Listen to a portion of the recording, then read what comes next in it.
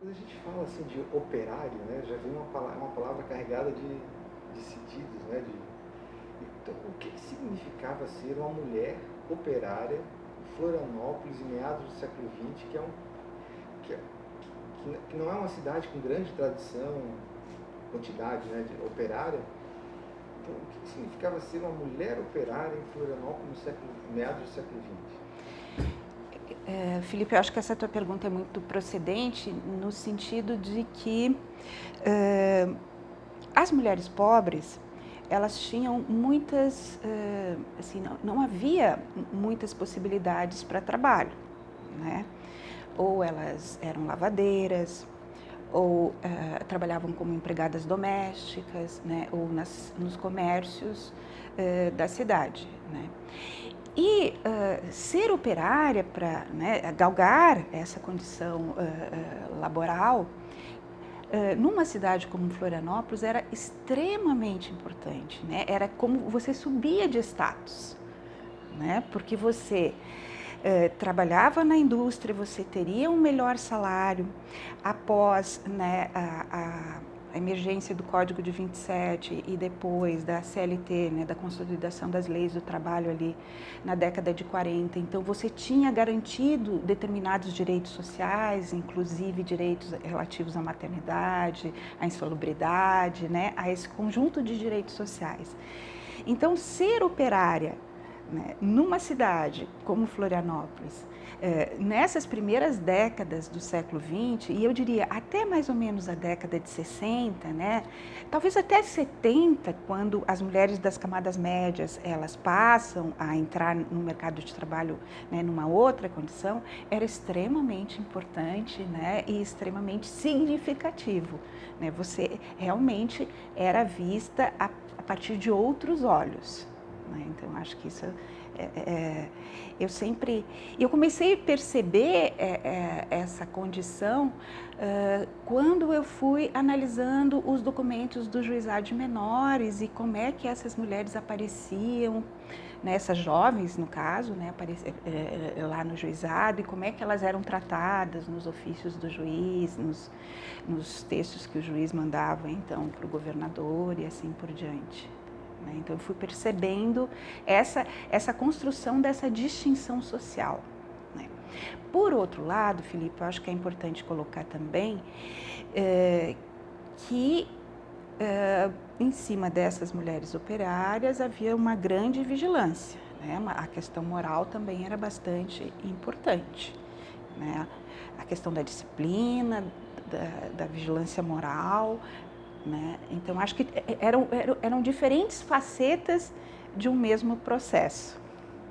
Não sei se eu respondi. É incrível que isso apareceu muito nas entrevistas. Assim, não pedia banheiro, não podia rir, podia dar oi, sabe, rir pro patrão, pro chefe da sessão.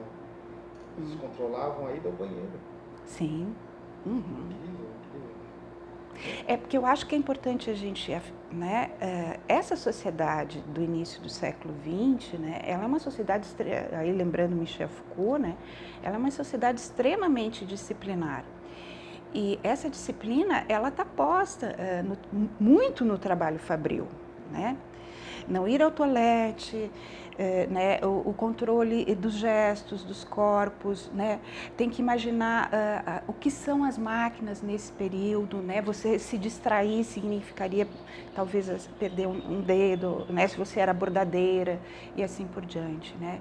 Então esses processos são, os processos disciplinares são bastante importantes nessa primeira metade do século XX, né? Até quando as máquinas depois vão tomar outro formato. Né? E era uma cidade em expansão, uma cidade pequena, né, mas em expansão, um aumento também dos cidadãos pobres, né, e que tinham poucos postos de trabalho. Né? Então, a fábrica de bordado acaba ganhando, assim, no imaginário daquela geração, pelo que a gente tem percebido, uma grande importância, porque ele era dos postos que abria postos de trabalho muito desejados, principalmente pelos pais e mães dessas jovens, porque eram jovens, eram adolescentes, eram meninas de 14, de 15 anos, que às vezes nem queriam ir, queriam estudar. Né? Então, como que a fábrica ganha essa importância, né, na abertura de... Porque não tinha grandes indústrias aqui, né? Então, você podia dar uma contextualização na importância da fábrica em si, de bordados, na relação dos empregos para essa faixa de trabalho, de idade, essa faixa etária de moças, jovens, adolescentes. Eu acho que talvez tenha que se contextualizar realmente o que era, né, Desterro e essa Desterro Florianópolis, né? Realmente, o mercado de trabalho de Florianópolis, nessas primeiras décadas do século XX, né, a gente tinha uma quantidade razoável do que a gente chamaria de pequenas empresas, quase artesanato, né? Então, as fábricas, né, que tem o estaleiro, tem a fábrica de bordados, né, elas realmente, nesse mercado de trabalho laboral da cidade, elas têm um significado muito importante para as populações pobres, né? E do meu ponto de vista, Felipe, é importante matizar uma questão, aí talvez a gente caminhando um pouco para a história cultural, né, no sentido de que após 1930, né, com Vargas, a gente tem toda uma positivação do trabalho e do trabalhador e da trabalhadora, né? Então, você ser um operário a partir de 30, né, e depois vai galgar os direitos sociais, aí a gente seria um debate sobre a CLT, mas é uma questão, como eu digo para os meus alunos de História do Brasil, é uma questão de cidadania. Ser operário e operária nesse período histórico, né, é você ser um cidadão, digamos assim, mais cidadãos que os outros ou cidadãs que os outros. Então, acho que nesse aspecto a fábrica, né, de bordados para as mulheres, ela tem um significado muito importante. Eu volto a dizer, né, porque quais eram os trabalhos que eu vou usar o termo jovem, porque na época não se usava adolescente, né? Qual era o que elas poderiam galgar? Era ser lavadeira, empregada doméstica, né, trabalhar no comércio, mas né, ambulante, as meninas quase não trabalhavam, né, nessas atividades, eram os meninos. Então, as possibilidades, né, de atividades para as meninas eram muito pequenas, né? Então, os processos que envolvem a escolarização, né, também, a gente tem que imaginar que esses processos vão ganhar vulto mesmo também após 30, né, que aí vai, né, com esse projeto de Brasil industrial, né, varguista, né, é necessário que homens e mulheres dominem pelo menos, né, o que a gente chamaria na história da educação das primeiras letras, né. Mas aí entra, né, Felipe, uma discussão de gênero, né? Era importante que os rapazes, né, fossem escolarizados. As meninas, né, ou elas iriam trabalhar nessas atividades mais associadas ao doméstico, talvez na fábrica, mas posteriormente elas iam casar e se tornar donas de casa, né? Então, a escolarização para as mulheres, né, até determinado momento histórico, né, ela foi muito menor e muito menos incentivada, né, do que para os meninos. Então, acho que para mim é uma discussão muito importante, porque ela está presente até hoje na nossa sociedade, né? Você responde seria a minha próxima pergunta, né, que a gente vê muito assim, que sociedade era essa que permitia, por exemplo, que uma moça fosse trabalhar à noite, não à noite, mas teve um período que a fábrica teve horas extras, não podia ficar um pouco mais, assim, que não via problema, por exemplo, uma moça ser operária, mas não permitia que ela fosse estudar, por exemplo, à noite, né, ou no outro período. Tudo ok trabalhar, mas estudar já não fazia parte daquilo que os pais, não sei se entre as relações de gênero, já ensinassem os valores burgueses da época, né, então, e eu acho que essa tua pergunta ela é muito importante também, porque a gente tem que pensar como que se dava a socialização das pessoas, né?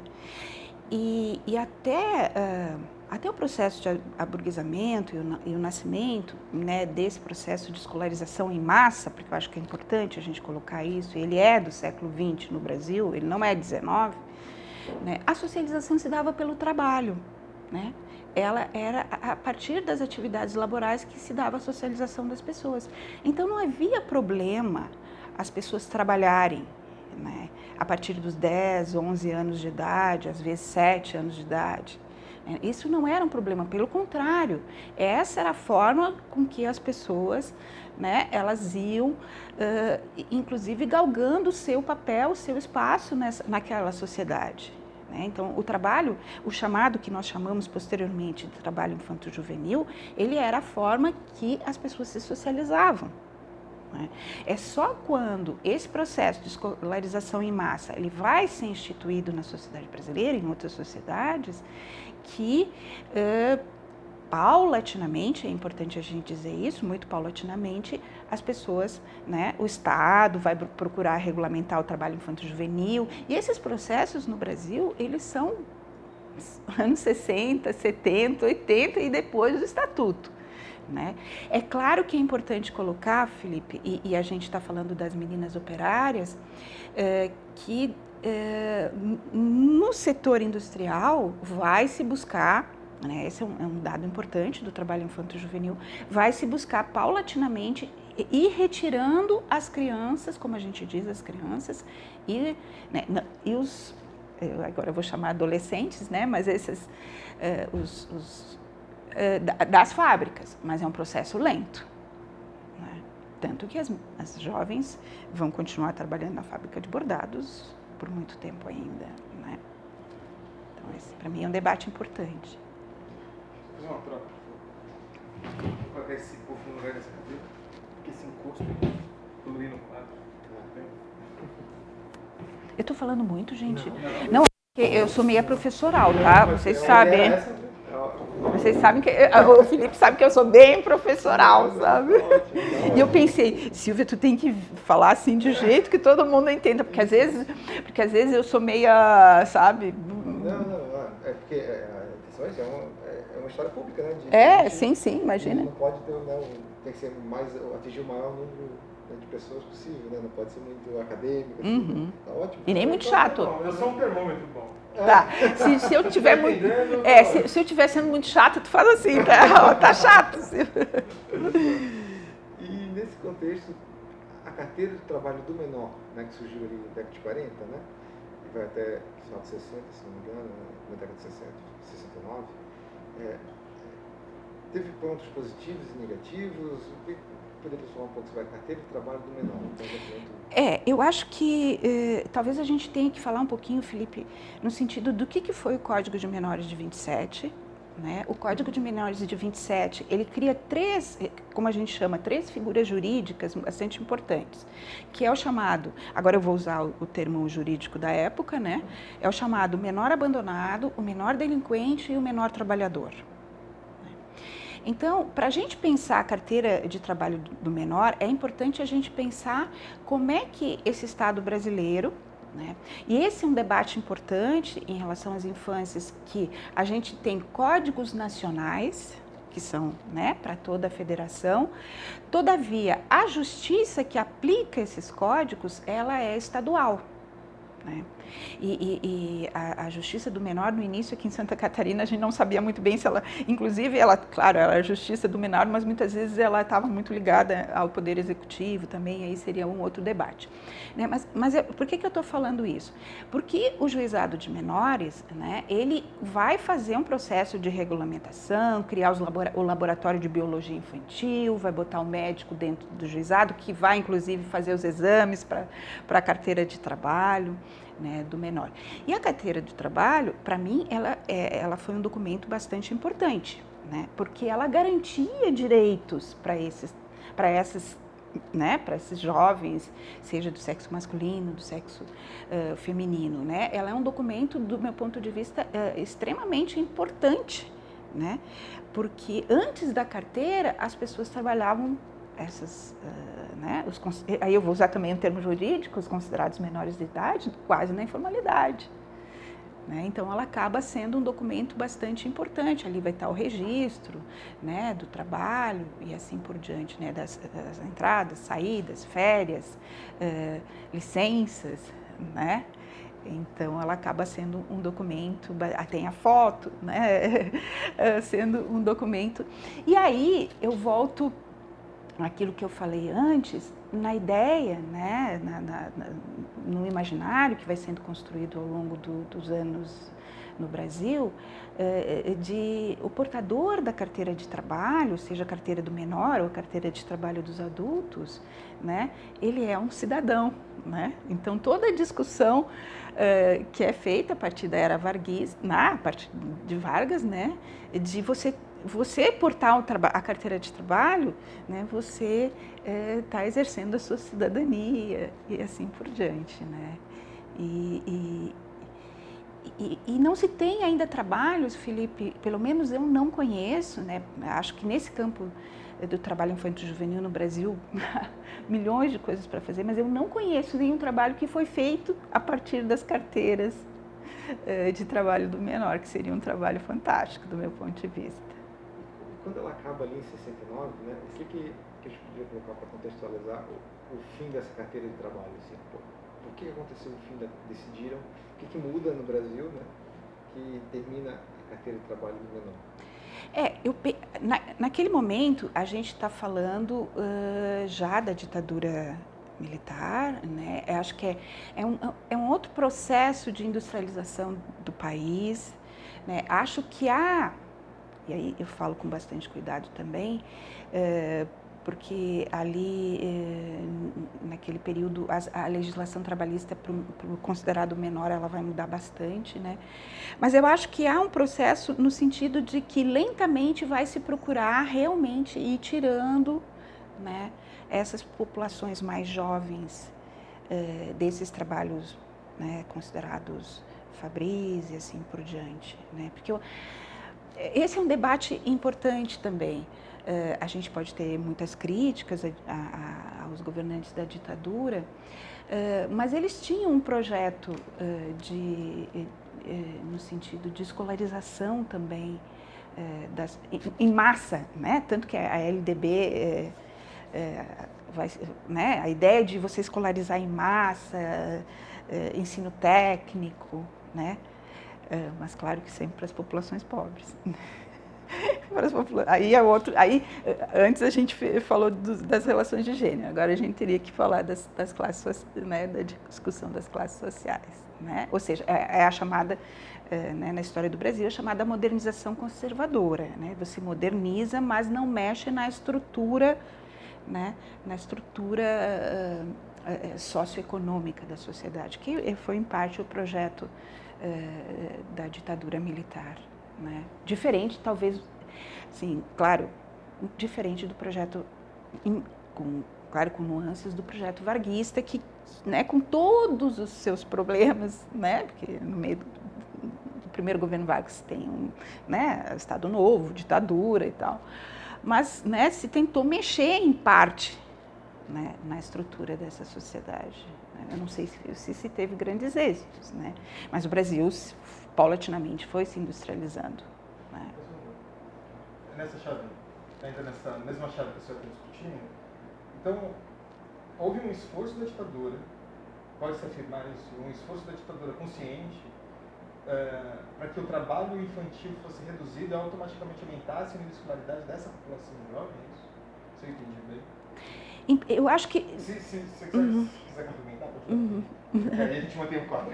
Assim, eu acho que, em parte, né, havia um projeto de você escolarizar em massa, né? Acho que essa é um debate importante, né?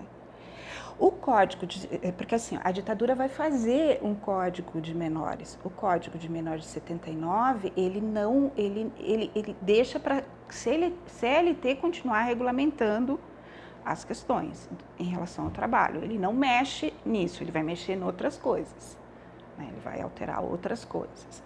Mas havia um projeto, realmente, né, de você... Aí você acaba com uma forma um pouco mais, né, os exames de admissão ali, né, que faziam poucas crianças galgassem depois, né, a segunda fase do ensino fundamental e o ensino médio, né. Então havia realmente um projeto nesse sentido, né. Mas eu volto a dizer, entre o projeto e a efetivação desse projeto, né, e era um projeto conservador, tá? Era um projeto conservador. É importante a gente colocar o Brasil nos debates internacionais, né? A gente estava, durante o período da ditadura, no auge da Guerra Fria, né? E havia sempre, pairava, né? Sempre a ameaça, então, né? Do discurso comunista, né? E que os jovens, né? Você tinha que criar outros caminhos para os jovens, né? Esse, para mim, é um debate importante também. Ai, gente, não sei se falei muito. Eu saí um pouquinho, mas é porque eu acho que a gente sempre tem que contextualizar, né? A gente está falando, né? Porque gera uma pista, assim, aí a pessoa pode... É legal ter o material para complementar na montagem, talvez, a gente pode ver. Mas tá bom. Não, e depois, se virar o capítulo, eu posso ir botando as notas de rodapé, né? Isso, essa é um pouco que... eu gosto mais de sentar e escrever do que de falar, né? Sim, historiador é tudo igual, né, Felipe? Não, mas falar assim eu até gosto, gente. O que eu odeio é falar para jornalista que tu tem que falar em 1 minuto, reproduzir a história do mundo em 1 minuto. O que é isso? Isso é uma vergonha. Ainda bem que a gente não está escrevendo. E quando é para jornal, eles ainda escrevem diferente daquilo que a gente falou ainda, né? Eu ia te perguntar também do sindicato, que, bom, a gente olha nas carteiras de trabalho, quase todas elas ainda guardam e tal. Eu tenho uma também da minha avó, está sempre lá, né, o desconto do sindicato. Então, eles eram sindicalizados. Mas na memória dela, esses sindicatos não aparecem na memória dela. A gente pergunta se tinha sindicato, ela não lembro. Acho que tinha, mas eu não ia. E até que apareceu uma também que, eu acho que já foi na década de 60, que foi demitida porque assinou uma lista do sindicato, mas ela nem sabe que lista era essa, ela achava que fosse uma lista de presença para alguma reunião de sindicato. Isso é essa ausência, né, do sindicato na memória feminina, né, dessas mulheres trabalhadoras. Qual pista a gente poderia seguir? É uma questão de gênero? O sindicato era masculino, era um espaço para o homem? Ou por ser uma sociedade conservadora, já nos anos 60 ali também tinha ditadura, enfim, era um sindicato, era um espaço a ser evitado, enfim... Eu penso assim, ó, como eu não sei, né, qual é o sindicato, a que filiação, né, política esse sindicato da fábrica, né, então não... Mas havia toda uma discussão nas esquerdas, né, e aí a gente também teria que entrar num debate, né, que esquerdas eram essas e tal. Por isso que eu digo, esse sindicato era de centro, mais à esquerda, né? Mas realmente havia uma dificuldade das mulheres né, atuarem dentro desses espaços, né? Desses espaços dos considerados movimentos sociais, que implica parte, né, do sindicalismo. Havia realmente, imagina as jovens, né? Que aí realmente é uma questão de relações de gênero, né? Por isso que eu digo, Felipe, no meu ponto de vista, há N trabalhos que podem ser feitos em relação a essas questões, né? Mas imagina uma sociedade conservadora como era a sociedade né, florianopolitana, né? Aí, ali indo para os anos 50, você já tem uma polarização UDN, PSD, né? Depois o PTB, né? Então, era Vargas, né? Você teve ali depois, por isso que eu digo, teve a ditadura Vargas, né? Claro que antes teve imperialistas, comunistas e assim por diante. Mas eu sempre penso que para as mulheres se inserir nesses debates era muito mais difícil, né? E aí também, claro, muitas pessoas vão dizer, professora, mas existem, né, militantes comunistas, socialistas, anarquistas, né? Mas isso, assim, se a gente for, né, em termos demográficos, isso não aparece em todas as cidades do Brasil, aí a gente teria que fazer um estudo de cultura política daquela cidade. Né? Bom, teria uma última pergunta? Mas eu só queria, porque eu acho que esse é um debate importante para o caso de Santa Catarina, do estado de Santa Catarina. Santa Catarina, né, é um estado que tem um parque têxtil, né, porque agora esse parque têxtil está sendo desmontado, extremamente importante para o Brasil, né, Brusque, Blumenau e outros lugares. Só que os processos que envolvem greve, sindicalização, sempre foram muito, não vou usar a palavra, muito frágeis, né, comparado com outros estados da federação. Então, esse para mim é um debate importante. Né? O que fazia com que essas populações operárias não, né, se fossem homens, mulheres, jovens, não atuassem nos sindicatos como em outros lugares do Brasil, com greves, né, e de forma mais efetiva mesmo, né? Mas essa é uma discussão da história do trabalho em Santa Catarina, eu se preferir também da história dos movimentos sociais em Santa Catarina. Né? É um estado, do ponto de vista político, extremamente conservador. Né? Aí há o debate, né, do colono operário, que parte sobretudo ali no Vale do Itajaí, né, que eles não deixavam de ser, eles trabalhavam nas fábricas, mas não deixavam de ser totalmente colonos, né, mas que não é o caso aqui de Florianópolis. Né. Aqui as pessoas, as que trabalhavam nas fábricas, elas eram operários. Né. A gente percebeu muito durante as entrevistas assim, que muitas das vagas eram conseguidas por indicações políticas do vereador do bairro. Por exemplo, no Saco de Gismões, a família Vieira, do Alcino Vieira, do Valdemar Vieira, do PSD, né?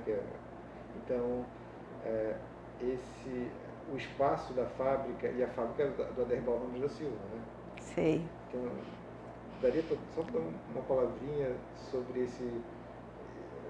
É meio um clientelismo até, né? De, tipo, eu estou usando meus cabos eleitorais dos bairros e as vagas da minha fábrica, sabe, para alimentar essa base de apoio, espalhar...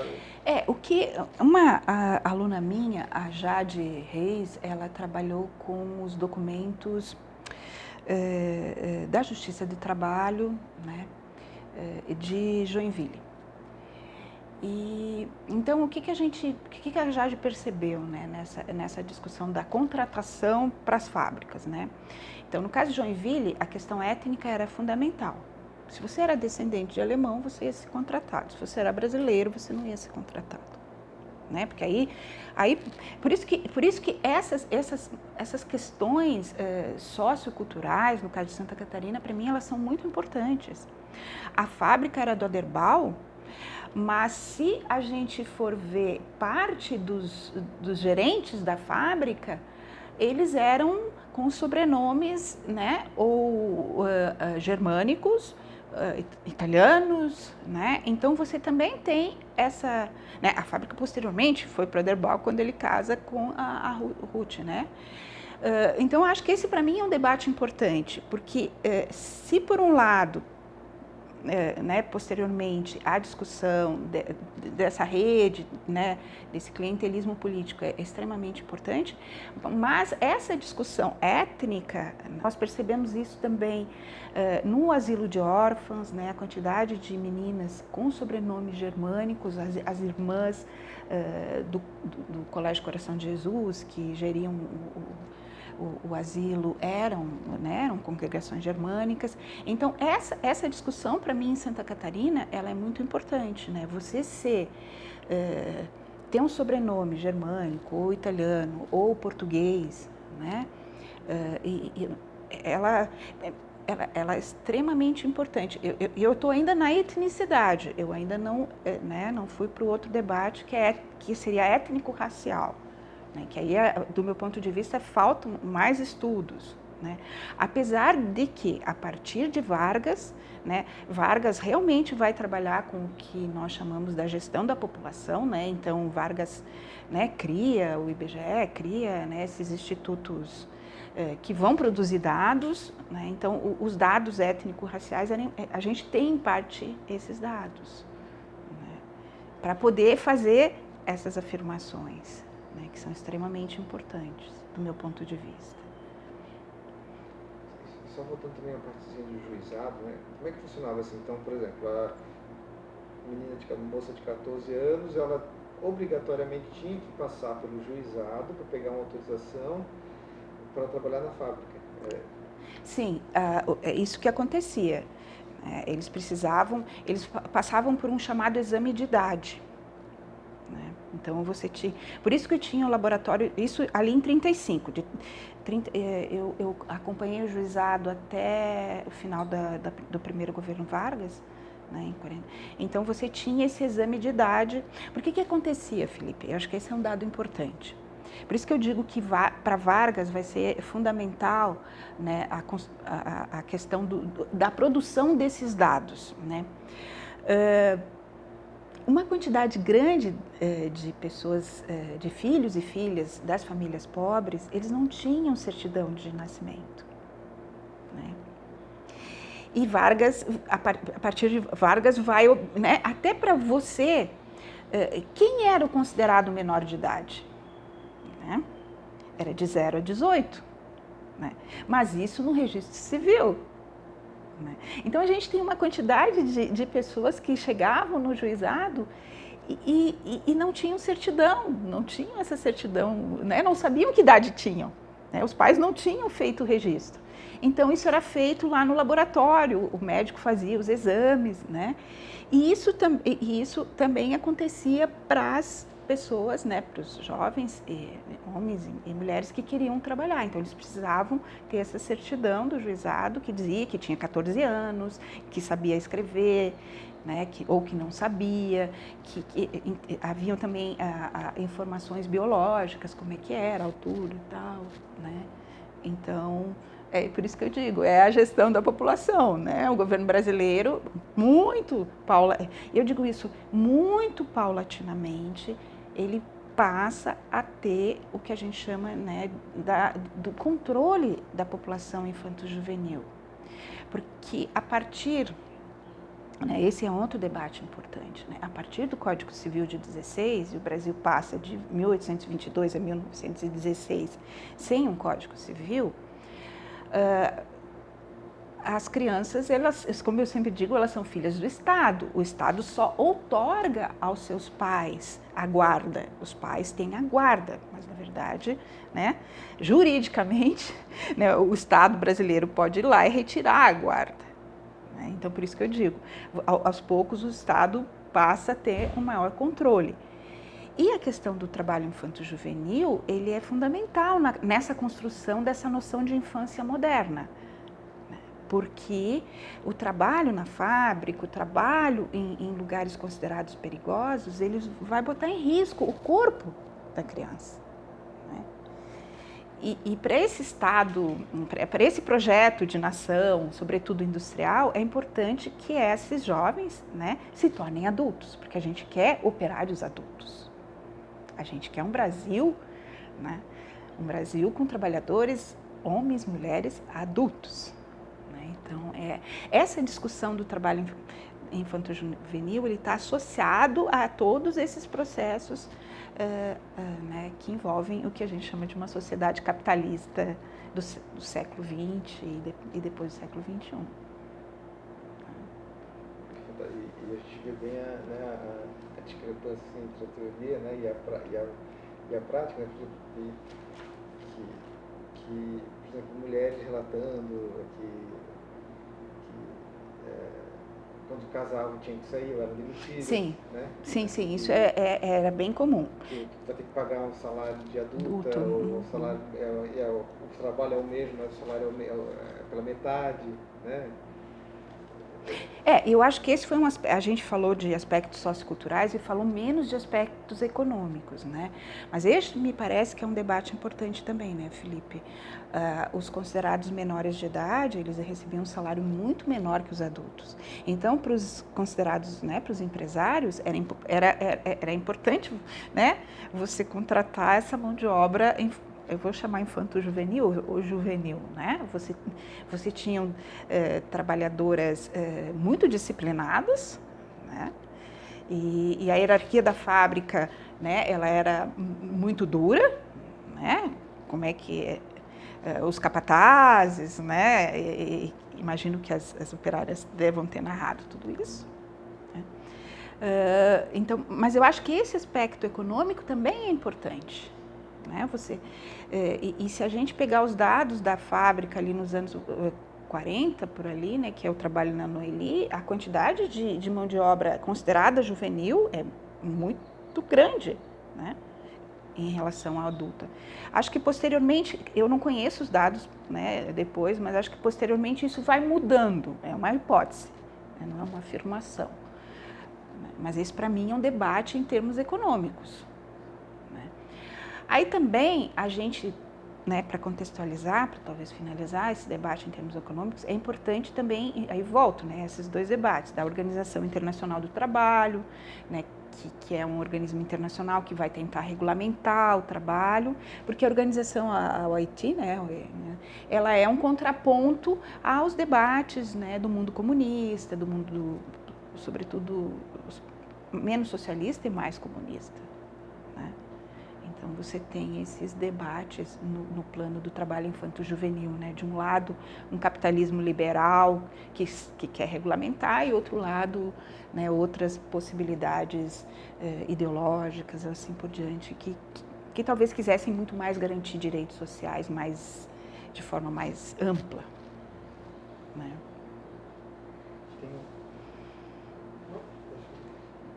Para finalizar, né? Você poderia dar uma palavra sobre uma perspectiva da história pública, né, da história do presente, a importância da criação de acervos sobre a história do trabalho, da história do trabalho dos menores. Por exemplo, esse nosso trabalho é um trabalho de construção de acervos, né? Nós vamos construir um acervo de história oral, né, dessa memória de trabalho e do cotidiano da fábrica. Né? Sim, né? Nós achamos que isso é importante, né? mas você poderia falar um pouco sobre se é importante, se não é? Eu vou caminhar em duas vertentes, tá? Eu vou começar na primeira vertente, então, que é da história da infância e da juventude. Né? A história da infância e da juventude, no caso, é um campo da história relativamente novo. Ele nasce, né, ali nos anos 70, mas depois ele vai adquirindo bastante, né, envergadura. E um dos debates epistemológicos da história da infância é você, né, conhecer as experiências a partir dessa memória, né, da infância, das experiências da infância, né, ou da juventude, assim por diante. Então, para nós, é fundamental, né, para nós, historiadores da infância e da juventude, esse tipo de acervo é fundamental. E no outro campo, né, que para mim eles estão conjugados, que é a questão da história do trabalho no Brasil. Né? Esse país, né, esse país ao longo do século XX, ele vai ser um país que vai se industrializando, como eu falei, né, mas ele vai se industrializando a partir de uma mão de obra também infanto-juvenil. Né? E muitas vezes, né, Felipe, a gente vê, né, sempre relatos do mundo, entre aspas, desse universo adulto. Nossa, mas as crianças, os jovens, né, as jovens, né, elas trabalharam muito, né, para construir esse país junto com os adultos. Né? E eu penso que essa memória, que a partir da memória ela vira história, né, a partir dos trabalhos, das análises, ela acaba sendo fundamental. Né? Por isso que eu digo, eu acho que a gente pode trabalhar, e ainda teria a terceira questão, né, para finalizar mesmo, que tem a ver com a discussão das relações de gênero, né, que para mim é tão importante quanto os outros três debates. né? De mostrar que as mulheres nesse país, elas trabalham desde 1500, né?